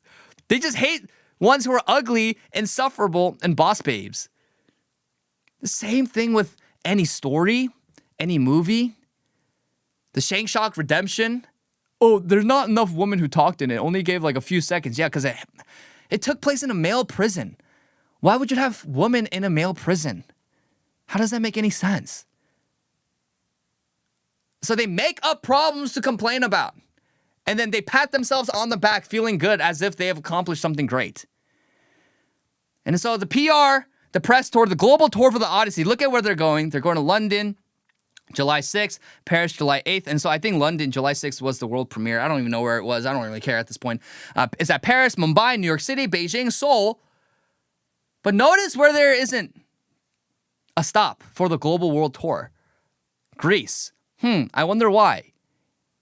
It is the quintessential Greek mythological narrative. It's a story of Greek mythology. A legendary one at that. They won't even go to Greece. Why? Because they know when they go to Greece, they're going to be completely slammed and destroyed. Christopher Nolan could have casted Greek people. Instead, he casted every other person aside from Greek people. Casted Indians, casted blacks, casted Asians, casted trans. But just couldn't cast Greeks. So their whole mantra about casting people who are ethnically fit for the role, that only goes one way. It only goes for when you're talking about blacks and browns and maybe Asians occasionally, but never for Western stories because they take it to subvert it. And lastly, if you can show a video of Elliot Page at the red carpet event of the premiere, This just embodies the entirety of the Odyssey right here. If you can mute the music so we don't get copyrighted. Yeah. It's dead. Just dead eyes. There's nothing going on there. Like, she's coping so hard. It's just dead eyes, and it's sad. It is really sad. It's sad to see. And if you can show like another picture of Elliot Page in, what's it called? Go back. Go back to my profile. I retweeted it. There's a picture of Elliot Page standing with the cast members, and it's so funny. Look how small she is. Look how small she is. She's like 5 foot, so small. And we're supposed to believe that Elliot Page, who's actually Ellen Page, was like a Greek warrior. Are you kidding me? Oh my gosh, dude. This is so dead on arrival. This is so dead on arrival. I don't think I'm even going to hate watch. Sometimes I hate watch this stuff, but I don't even think I'm going to hate watch because, I don't know, we'll see. We'll see. If I have time, maybe I'll hate watch. It's all demoralization. And it's going to flop, and I hope it flops really hard, and I hope they lose like so much money. Because it's not even a vindictive thing, but things like this need to crash and burn because it's so terrible for societal morale and for entertainment, broadly speaking. So, Odyssey is going to fail. Homer's rolling in his grave. The Greeks are pissed. But it is what it is. They're going to just continuously push their godless ideologies through. And yeah, Christopher Nolan is an overrated director anyways. So I hope this is what puts a nail in the coffin to finally finally make people realize that Christopher Nolan is not some crazy brilliant director. He's actually overrated, and he's a sophist. He thinks he's smarter and more creative when he's not. And he makes these weird creative choices that make no sense, and it results in a bad product, a bad film. That's what it does. Okay, well, that does it for our news segments. We're going to go into the Q&A portion of the show. Make sure to like, share, and subscribe. Hit the notification bell. Send in your super chats if you'd like to see your questions or comments read on air. And then we'll get to your questions, where we answer your questions you ask on X and on Instagram every single week. So we'll get to our first question very soon, right now, with this question right here. Chelsea, great profile picture, by the way. It's Chopper from One Piece. Chelsea on Instagram says, are you rooting for England or Norway on Saturday? I think if England looked different, and if they weren't jailing every single right-winger for posting memes and covering up migrant rape gangs and selling out their people and having their entire country be overrun by third world migrants and a Muslim invasion, and their team was representative of the traditional Anglo-Saxon Brits, I would vote for Britain. I would vote for England. I would root for England in the World Cup because they are the motherland of America. I know this is really cool and edgy for Americans to say, 1776, screw it, eat it, redcoats.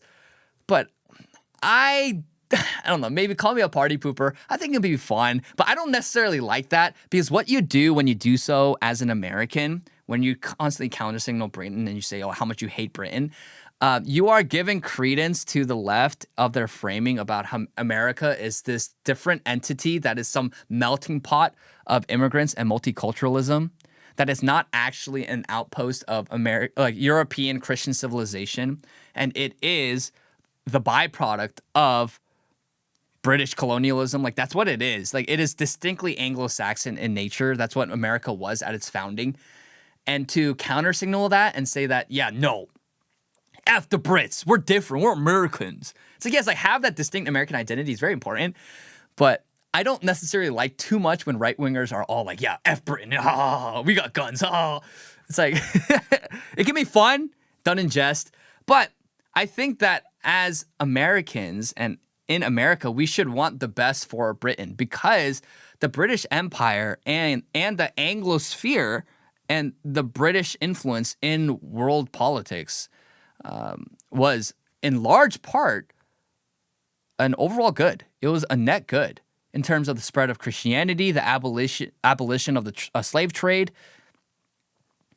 bringing prosperity and liberty to areas of the world, technology and goods,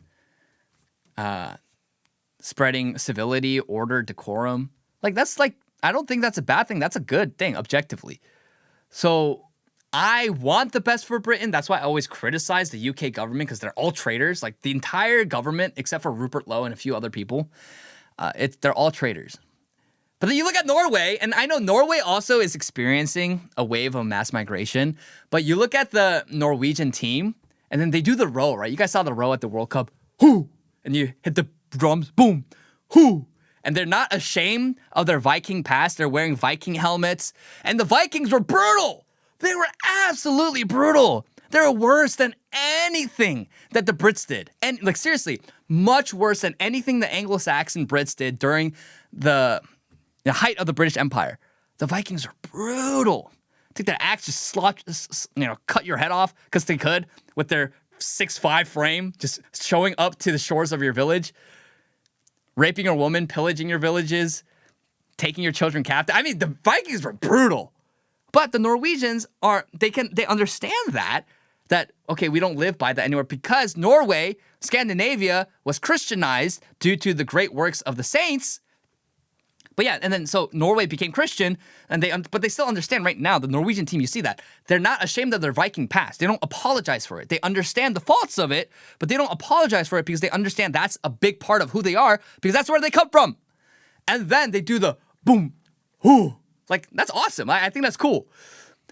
And their team is largely homogenous, and their leader, the star player, is Erling Haaland.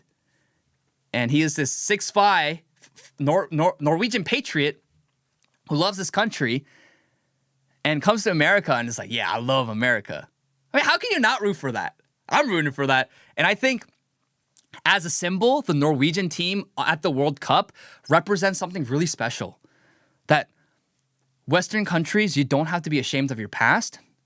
Actually, when you have teams and people represent your country on the world stage, it should be people who have an attachment to the culture, to the land, and to the people who are descended of that people, because nations are first and foremost a home for a people with a shared culture and shared ancestry.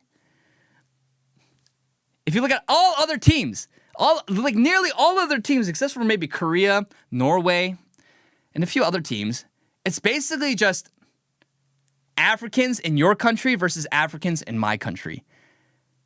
And so it just becomes the African Cup. And again, I have nothing wrong. I have nothing against Africans per se. But in the same way, I wouldn't want white Europeans playing for the Congo. Like, I don't want Africans playing for France. I don't know why that's so hateful. Oh, they were born in France. Okay, just you being, born in a stable doesn't make you a horse. Like, just because you're born in a country doesn't make you a part of that national identity. Assimilation takes generations. So, and that's why I'm voting for Norway. It is political because everything is political. Really, it is. And the World Cup is a distillation of all our countries bringing their best and brightest to compete together on one stage. And I think Norway right now, it represents something that is so lacking in the West. And that's why I'm voting for, and I'm rooting for them against England. Although, we love England, but again, we're going to vote for and root for Norway. We hope Norway wins. I hope Norway wins it all, this cup, now that America's out. And yeah, I think it'll be a great, great testament to the rest of Europe and the rest of the Western world, that actually you don't need to import infinity third world migrants to win sports games and to be great in your country. Actually, those who have an inherent love and attachment and they're descended from the native people of your nation, actually that's a greater strength than replacing your country with foreigners in the hopes of winning sports games and, I don't know, filling in jobs or something. So thank you for that question, Chelsea. Next question from Danny Zirk on X. This is a long question.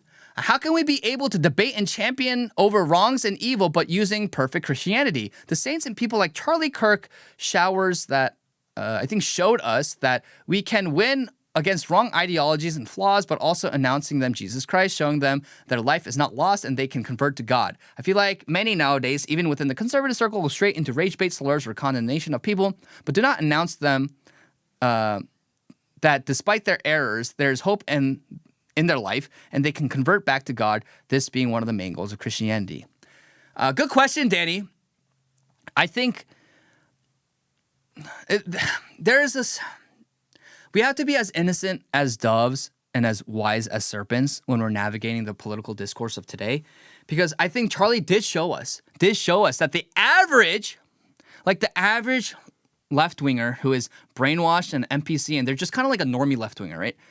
They're not like an ideological left-winger. And what I mean by that, like the left-wing causes doesn't form the entirety of their identity. I think those people who are center left, who are just normie left, yes, like you can talk to people like that and you can wake them out of their trance and their delusions. But people who are ideologically captured by left-wing insanity, these people want you and me dead. And that's not an exaggeration. I know it's very hippie and cool these days to say, oh, it's not left or right. It's the bourgeois versus the proletariat. Like, I mean, it's just you're a spiritual communist if you say that. Like, it is left and right. It is. Because the left, the mainstream left, is categorized and characterized by their hatred for America and wanting to destroy and kill anyone who wants to preserve traditional America and Christianity. And the reason why they killed Charlie Kirk is because he was a threat to their agenda, because he was waking up a lot of people. He was mobilizing a lot of people for conservative causes. That's why they don't kill people like Candace Owens, because Candace Owens doesn't actually pose a threat to the left wing in this country. She actually helps them by her antics. And we'll touch on that in a video in the near future. But that's why. they killed Charlie Kirk. He was effective. But he tried. He tried the free marketplace of ideas with leftists, and they killed him for it. And they celebrated his death. And they still, to this day, celebrate his death.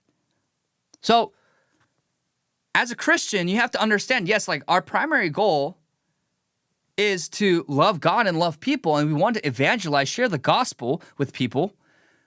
Because if you do not hear, how can you be saved? For sure. We don't want to proclaim and preach Christ in everything that we do. But those who are in complete opposition to God and hate Jesus Christ, and avowedly so, and want to kill you and advocate to kill you and your children and your family and your elected officials and the president of the United States, there is also biblical precedent for crushing these people. Just read the imprecatory Psalms. Just read what the psalmist said against the wicked, the evildoers, and his enemies. Those who rage against God.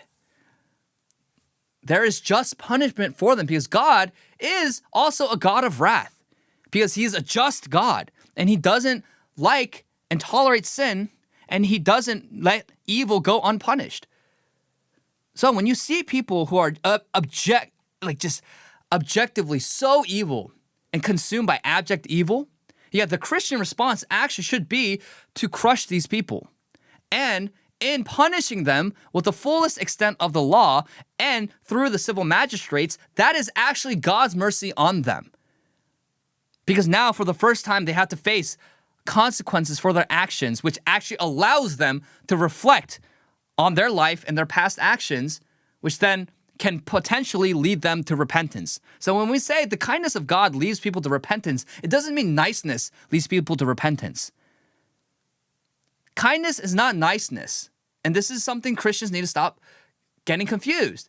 That tolerance of sin and evil, niceness, standing around and walking on eggshells, that is not the mandate of the Christian. The call of the Christian is to love what is good and abhor what is evil.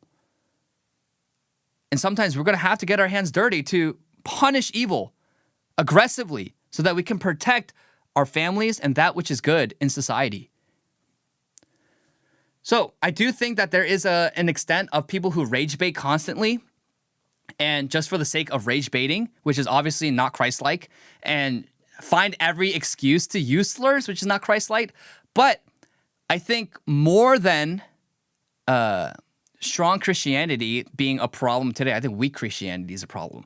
And we need to reclaim the the vestiges of Christianity, of our forebears, of great men and women of God in the past who would go to such lengths to be martyred and to wage war against the enemies of God to reclaim Christendom and to reclaim that which is good and true and beautiful. So we don't need more weak Christians. We don't need more nice Christians. We need more strong, bold Christians who speak the truth unequivocally with conviction without also being like jerks all the time. I think there is a way to do that. So that's what I'll say. And ultimately, just always think about having the heart of God. Always think, okay, what does God love? And I want to love that. And what does God hate? And I want to hate that.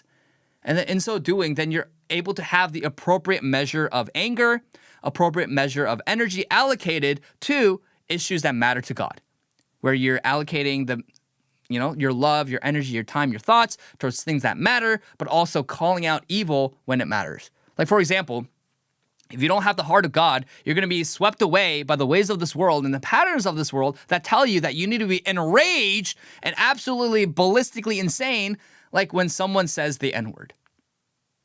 Meanwhile, when people are shot in the face and kids are being sold into sex slavery, you shrug your shoulders. And that is the scheme of the enemy that is meant to delude your thinking, to dilute your thinking, and to make you not see things clearly with a level head and a sober mind.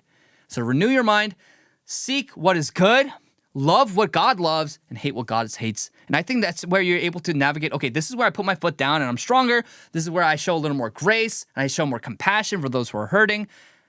That's where you're able to navigate that effectively. I hope that helps. I don't know if that's like a milquetoast answer, but I do believe that everything that we do should be submitted before God, and God doesn't want wimps. God wants strong soldiers and warriors. We call this a spiritual war for a reason because it is a war. And the Apostle Paul tells us to equip ourselves with the armor of God, because without the armor of God, you will be left vulnerable to the schemes and the lies of the enemy. That does it for our Instagram and X questions. Do we have any super chats? All right, we have 4 super chats. Wow, we have a lot. We have our super chats, and we'll end it for today. All right, super chats. Our first super chat comes from, not this one. No, can you pull up the super chats? All right. We have Kodiak for $5. FYI, Kangmin Patriot Front is neo-fascist. They are a successor group to Vanguard America, a neo-Nazi organization. They aren't necessarily good. And then you have another $2 super chat. Also, Patriot Front indoctrinates teens with the junior org. So, yeah, that's why I don't know anything about Patriot Front. And even if that's true, they have no institutional backing. They have no, I guess, what you call flow. And they have no movement, really, mainstream poll. They have no motion.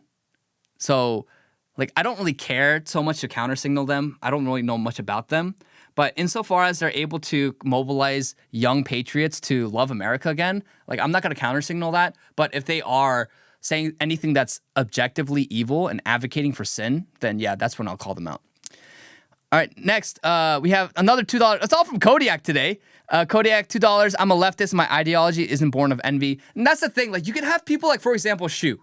Like, Shu on Head is a literal socialist, but she does so because she thinks that economic model is the best for human flourishing.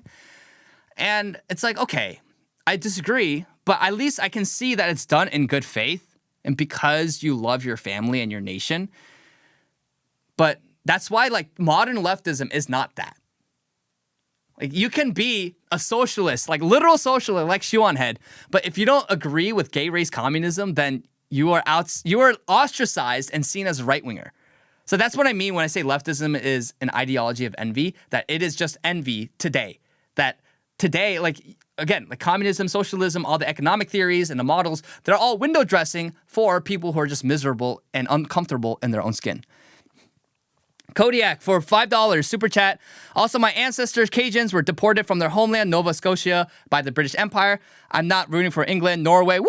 All right, you do your thing, Kodiak. We're also voting for Norway. Thank you so much for your super chats this show, Kodiak. We really appreciate you. And our last super chat from ROK Zoomer. $5 Canadian. Thank you so much for your super chat. What do you think about Nick Fuentes and the Groypers? It's like a divided thing where I know the Groypers aren't a monolith, so there's going to be more level-headed Groypers, and then there's going to be more like the 4chan. Not saying that all 4chan posters are bad either, but there's going to be the Groypers who are level-headed and actually care about the issues, but are just mega fans of Nick. And then there's going to be the Groypers who are just really, really crazy and insufferable. So I actually there's half of the Groypers hate me and half of the Groypers like me. From what I can see, like, I have Groypers who make fun of me and say really nasty things to me online. And then I have some Groypers who are like, hey, dude, you're kind of cool. I'm like, okay, cool. And so Nick, and then in terms of Nick, I think Nick is good in terms of moving the Overton window rightwards. And if you objectively look at the trajectory of the right wing in America, they have followed Nick in what he's saying. Now, of course, even Nick says this too, like, sometimes his jokes go too far. He's too crass. He says things that aren't optical and necessarily good, maybe not even like beneficial or edifying, but at the same time, like, what he advocates for, it's pretty honestly like not terrible when it comes to like American identity, mass deportations, locking up criminals, preserving the identity of America and the local identities of America. Like, I don't think that's a necessarily bad thing. And he also calls out that he's not a race essentialist, but he also is a race realist, so he understands that racial distinctions exist. Like, those things aren't bad. And so I have called out Nick, and I've said things like, and like, Nick, like, when he says this is wrong, when he acts this way, this is wrong. But at the same time, I'm not going to countersignal when he is effectively moving the Overton window rightward. And I do think he's been wrong on many issues, and his predictions have been wrong as well. And I don't like that he advocates for voting for Democrats in the midterm so they can punish Republicans. I disagree with him on like all of those. and I think it's not good political strategy. But at the same time, I'm not going to denounce him and say, oh, like, I denounce Nick Fuentes, I denounce XYZ, I denounce, like, I'm not going to play that denunciation game, because if you look at the left rewards their radicals, and that's how they push through the most radical agendas. I'm not saying that we have to condone or side with, partner with the most radicals on the right all the time, but what I am saying is try to steelman their argument, see what they're actually trying to say, and then from there, operate in good faith. Because for me, I'm willing to operate in good faith on people on the right, because the faction of the right is broadly a coalition of different peoples with different ideologies who just love America and want what's best for America. They just have a different way of getting there, and which is what politics used to be in America. But now the Democrats have completely lost their minds and been captured by the radicals. And so all that being said, yeah, I'd love to actually have a conversation with Nick Fuentes, because I do think that what he shows you on stream and on the show is a persona. Like, he knows this too. He says this too. Like, you guys, people forget that he is also a showman.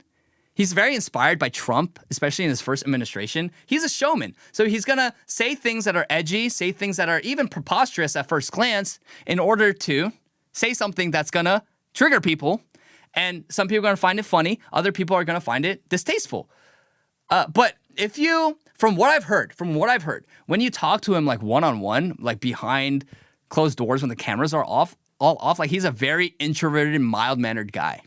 And I can see it, because the most like crazy people online are the biggest introverts. That's like, for me, like, I don't even think that I'm that good at social media, because I'm a very extroverted guy. So I like talking to people. I like being in front of people. I like speaking in front of people.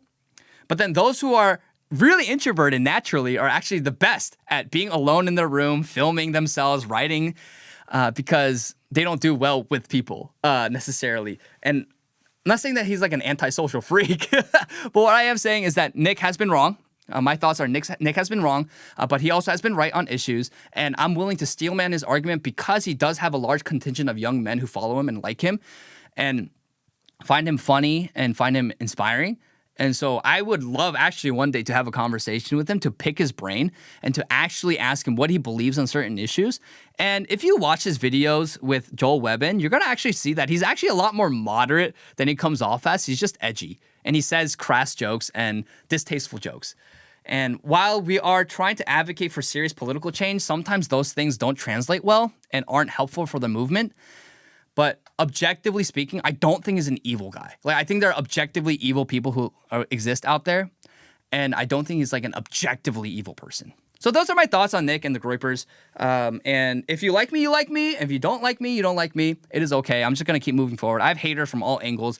I had some Groypers who called me like a Zionist shill when I was calling out Muslims. And I'm like, what are you doing? But then those Groypers abandoned Nick when Nick had a falling out with Sneeko, because those Groypers were like third worldists. So I don't know what's even going on at this point with online drama.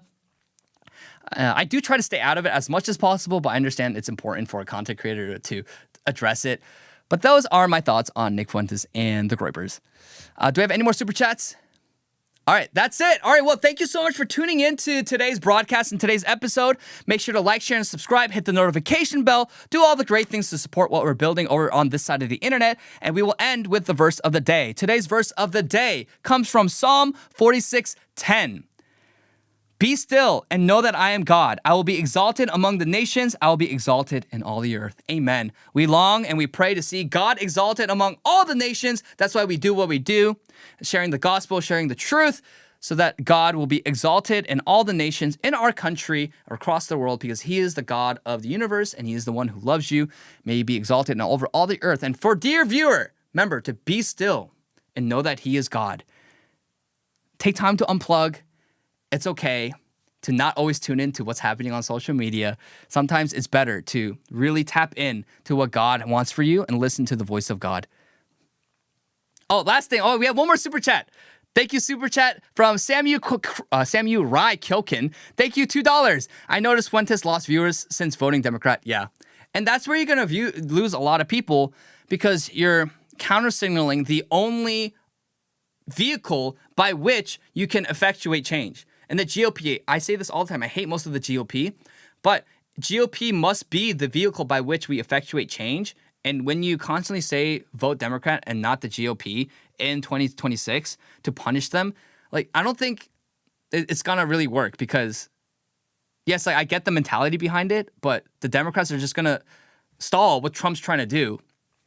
And we need full buy-in from GOP Congress in order for Trump to get at least a semblance of his agenda accomplished. All right, thank you so much for tuning in to episode 11 of the Kangmin Lee Show. This is where we talk about restoring faith, identity, and civilization from east to west. I'm your host, Kangmin Lee. We are logging out for today. Have a great rest of your Tuesday and Wednesday. We'll see you back here on Thursday at 11 a.m. God bless you guys. Peace out.